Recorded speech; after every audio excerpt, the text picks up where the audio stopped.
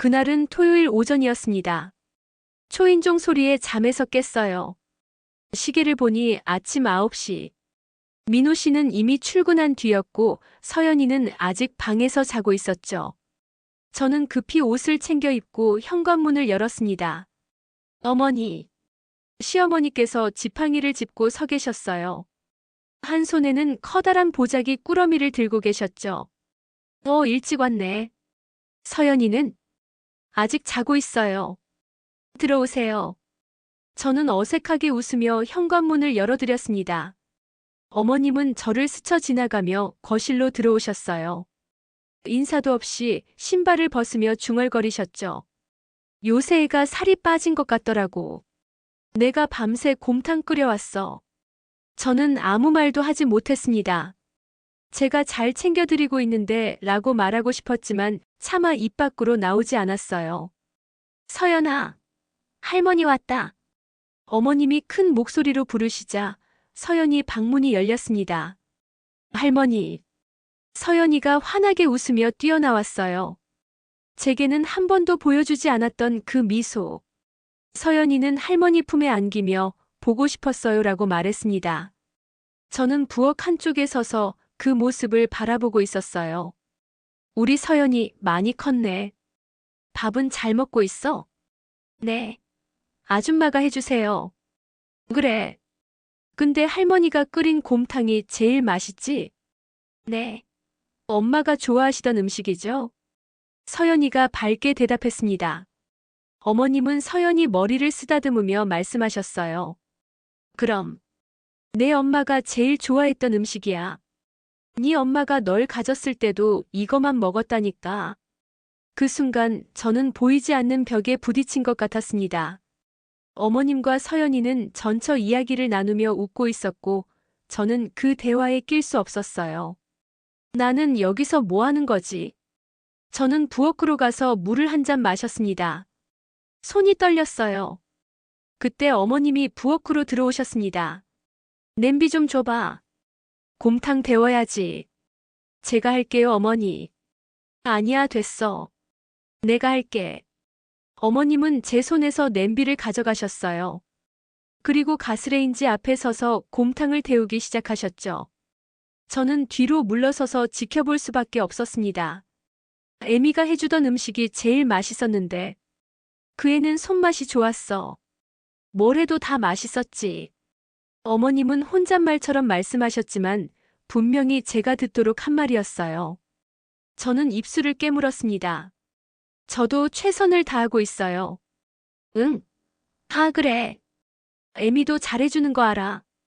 근데 친엄마는 친엄마지 뭐. 그 한마디가 제 가슴에 꽂혔습니다. 친엄마는 친엄마지 뭐. 아무리 노력해도 저는 절대 친엄마가 될 수 없다는 말. 저는 아무 대꾸도 하지 못하고 부엌을 나왔어요. 거실에서는 할머니와 서연이가 앨범을 펼쳐놓고 사진을 보고 있었습니다. 여기 봐, 서연아. 이게 내 돌잔치 때 사진이야. 엄마가 너 안고 있는 거. 우와, 엄마 진짜 예쁘다. 나랑 똑같이 생겼어요. 그럼, 넌 엄마 판박이야. 성격도 엄마 닮았어. 착하고 똑똑하지. 두 사람은 즐겁게 웃으며 사진을 넘겼어요. 저는 소파 한쪽에 조용히 앉아 그 모습을 바라보고 있었습니다. 나는 정말 이 집에 없는 사람 같네. 앨범 속에는 지은 씨의 사진이 가득했어요. 웃고 있는 지은 씨, 서연이를 안고 있는 지은 씨, 민호 씨와 손을 잡고 있는 지은 씨. 저는 그 어떤 사진에도 없었습니다. 당연하죠. 저는 나중에 들어온 사람이니까. 아줌마는 사진 안 봐요? 서연이가 갑자기 제게 물었습니다. 처음으로 저를 쳐다보며 말을 걸어준 거였어요. 하지만 그 목소리에는 따뜻함이 없었습니다. 그저 형식적인 물음일 뿐이었죠. 응, 괜찮아. 아줌마는 우리 엄마 모르잖아요.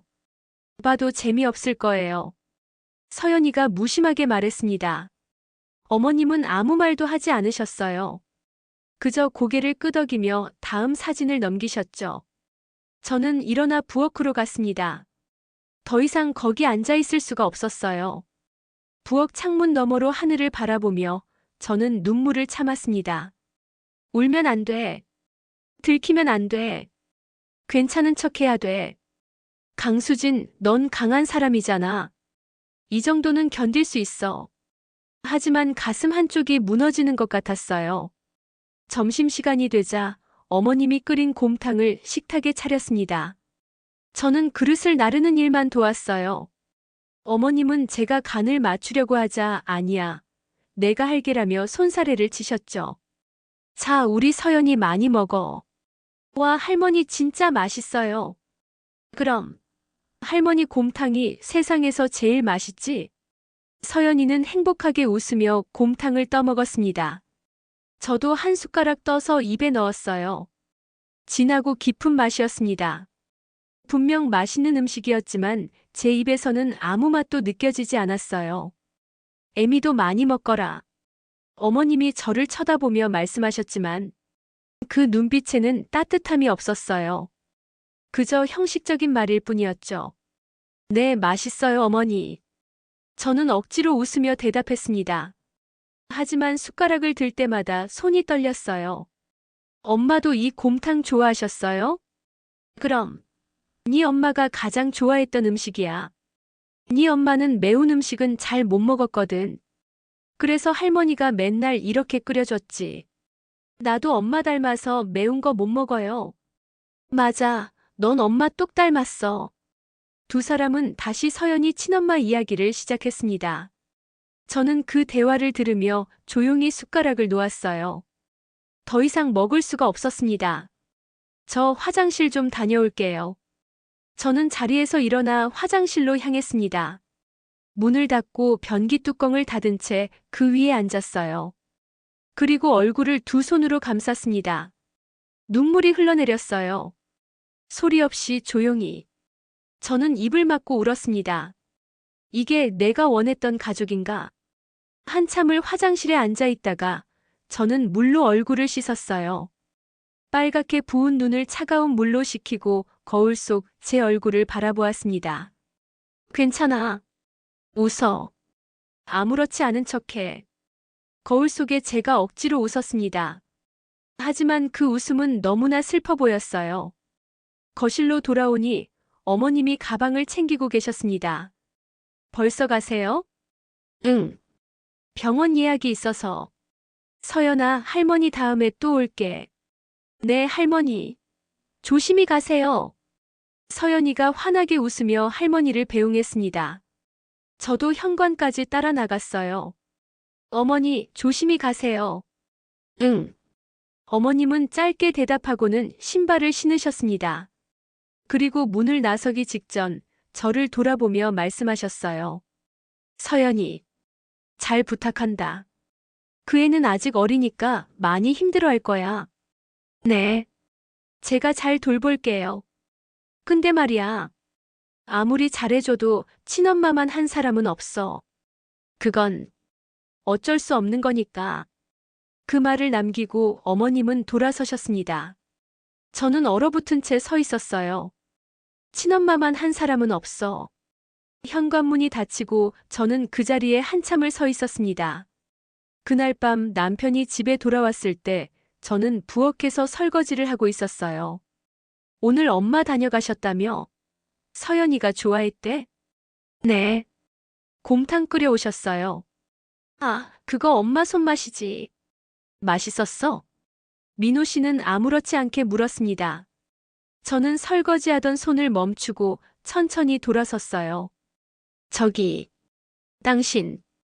응? 저는요. 이 집에서 도대체 뭐예요? 제 목소리가 떨렸습니다. 남편은 당황한 표정으로 저를 쳐다보았어요. 무슨 소리야, 갑자기? 오늘 하루 종일. 저는 투명인간 같았어요. 어머니는 저를 거들떠보지도 않으셨고, 서연이는 할머니하고만 이야기했어요. 저는 그냥 거기 있었을 뿐이에요.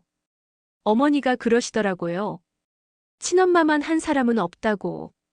제가 아무리 노력해도 절대 서연 엄마만큼 될 수 없대요. 남편은 한숨을 쉬며 다가왔습니다. 엄마도 나이가 많으셔서 그래.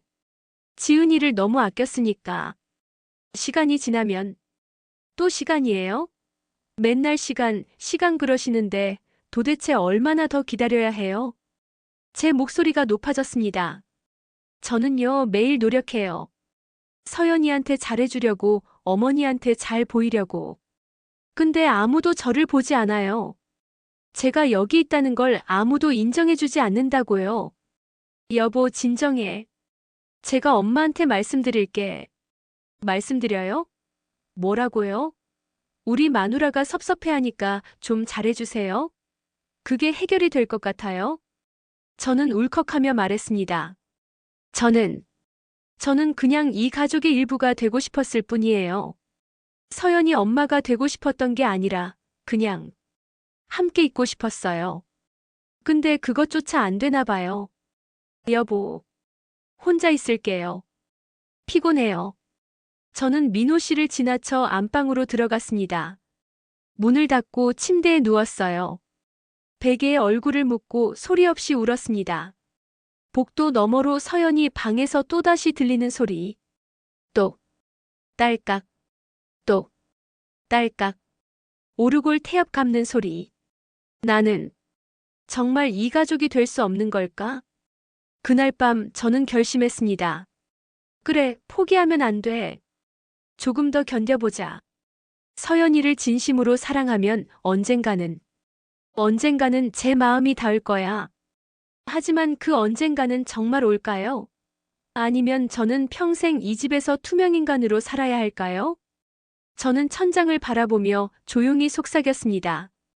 조금만 더 힘내자. 하지만 제 목소리조차 어둠 속에서 사라져버리는 것만 같았습니다.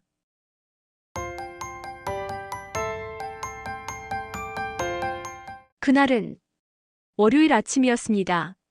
서연이를 학교에 데려다주고 집으로 돌아오는 길, 저는 문득 이상한 느낌을 받았어요. 서연이가 학교 정문 앞에서 멈칫하더니 뒤를 돌아보는 게 보였거든요. 마치 누군가를 확인하듯이. 하지만 금방 고개를 돌려 교실로 들어갔죠. 무슨 일이 있는 걸까? 하지만 저는 그냥 넘겨버렸습니다. 아마 별일 아니겠지 하고 말이에요.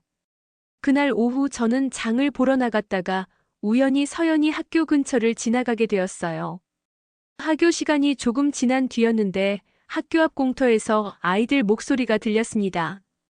처음에는 그냥 지나치려 했어요. 하지만 그 목소리들이 뭔가 이상했습니다. 야, 박서연. 새엄마 있으면 좋겠다며. 진짜 엄마 잊어버리는 거 아니야? 아니야. 나는 엄마 안 잊어버려. 그럼 새엄마는 뭐야? 그냥 아줌마야? 저는 걸음을 멈췄습니다. 서연이 목소리였어요. 담벼락 모퉁이에서 조심스럽게 고개를 내밀어 보니 서너 명의 아이들이 서연이를 둘러싸고 있었어요. 서연이는 가방을 꼭 껴안은 채 고개를 숙이고 서 있었죠. 우리 반민지도 새엄마 있는데 민지 엄마가 진짜 착하대. 근데 넌 왜 새엄마한테 그렇게 못되게 굴어? 그건 설마 질투하는 거야? 새엄마가 예뻐서? 하! 아이들이 깔깔 웃었습니다. 서연이는 고개를 더욱 숙였어요. 아니야. 우리 엄마는 하늘나라에만 있어. 서연이의 목소리가 떨렸습니다. 저는 그 순간 견딜 수가 없었어요. 당장 뛰어가고 싶었지만 다리가 굳어버렸습니다. 그럼 새엄마랑 같이 살면서 맨날 못되게 구는 거야? 너 진짜 나빠. 맞아. 우리가 보기에도 너네 새엄마 불쌍해. 맨날 서연이 눈치 보잖아. 그 말에 서연이의 어깨가 흔들렸습니다. 울고 있는 거였어요. 저는 더 이상 참을 수 없었습니다. 애들아. 제 목소리가 떨렸지만 단호했어요. 아이들이 깜짝 놀라 저를 쳐다보았습니다. 서연이도 고개를 들었죠. 제 얼굴을 보자 서연이의 눈이 커졌어요. 뭐 하는 거니, 지금? 저희는 그냥 친구를 괴롭히는 게 그냥이야? 저는 아이들에게 다가갔습니다. 아이들은 뒷걸음질 쳤어요. 너희들 다른 친구가 힘들어하면 도와주는 게 친구잖니? 이렇게 상처 주는 말을 하면 어떡해. 죄송해요. 서연이한테 사과하렴. 아이들은 머뭇거리다가 서연이에게 미안해라고 중얼거리고는 달아나 버렸습니다. 남은 건 저와 서연이 단둘뿐이었어요. 서연아. 저는 조심스럽게 다가갔습니다. 서연이는 여전히 고개를 숙이고 있었어요. 어깨가 작게 떨리고 있었습니다. 괜찮아. 서연이는 대답하지 않았습니다. 그저 눈물만 뚝뚝 떨어뜨렸죠. 저는 망설였습니다. 안아줘도 될까? 거부당하면 어떡하지? 하지만 저는 결국 무릎을 꿇고 서연이를 품에 안았습니다. 괜찮아, 서연아. 아줌마가 여기 있어.